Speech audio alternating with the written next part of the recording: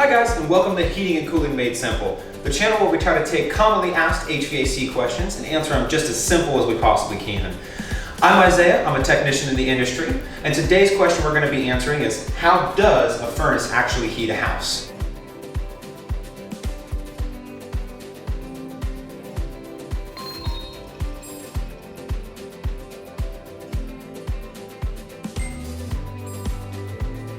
Alright guys, so in today's day of industry, we have two main systems that are used to heat a house.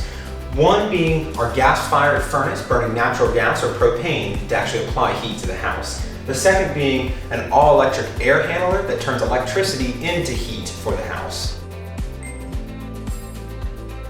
So guys, let's dive right in on the gas furnace side of things. You might be asking yourself, do I have a gas furnace or do I have an electric air handler? Go ahead and pause that video, go take a look at which system you have. If you have pipes coming off the top of it, you have a gas furnace. The easiest way to tell, we have to get the exhaust out of the house if we have a fire going. Now, with that being said, we typically burn natural gas or propane off the burners on the top side of a high efficiency furnace into these circular barrels that kind of snake their way back and forth along the system on the inside of it.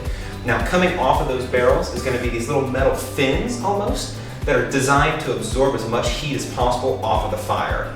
Now, we have a hot box here, but we don't have any air going through it, and that's where our blower motor comes in.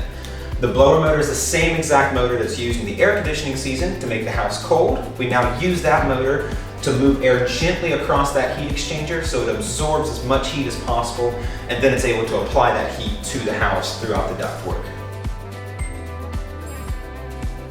So if we went and looked at our systems, we saw we don't have exhaust pipes, and we have elevated electric bills in the coldest to the hottest parts of the year. More than likely we have an electric air handler system. Now, the principles are still the exact same. We want to create a hot surface and we want to move air across that so it's then applying heat to the inside of the house.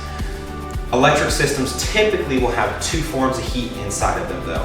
One is going to be the primary heat, and it's going to be coming from our heat pump system. Now we can dive into the bells and whistles of heat pumps in a later video, but just know there's typically a system outside that's applying heat to a metal slab or a coil that's on the inside of the furnace. We then move air across that coil with the blower motor, same blower motor from before,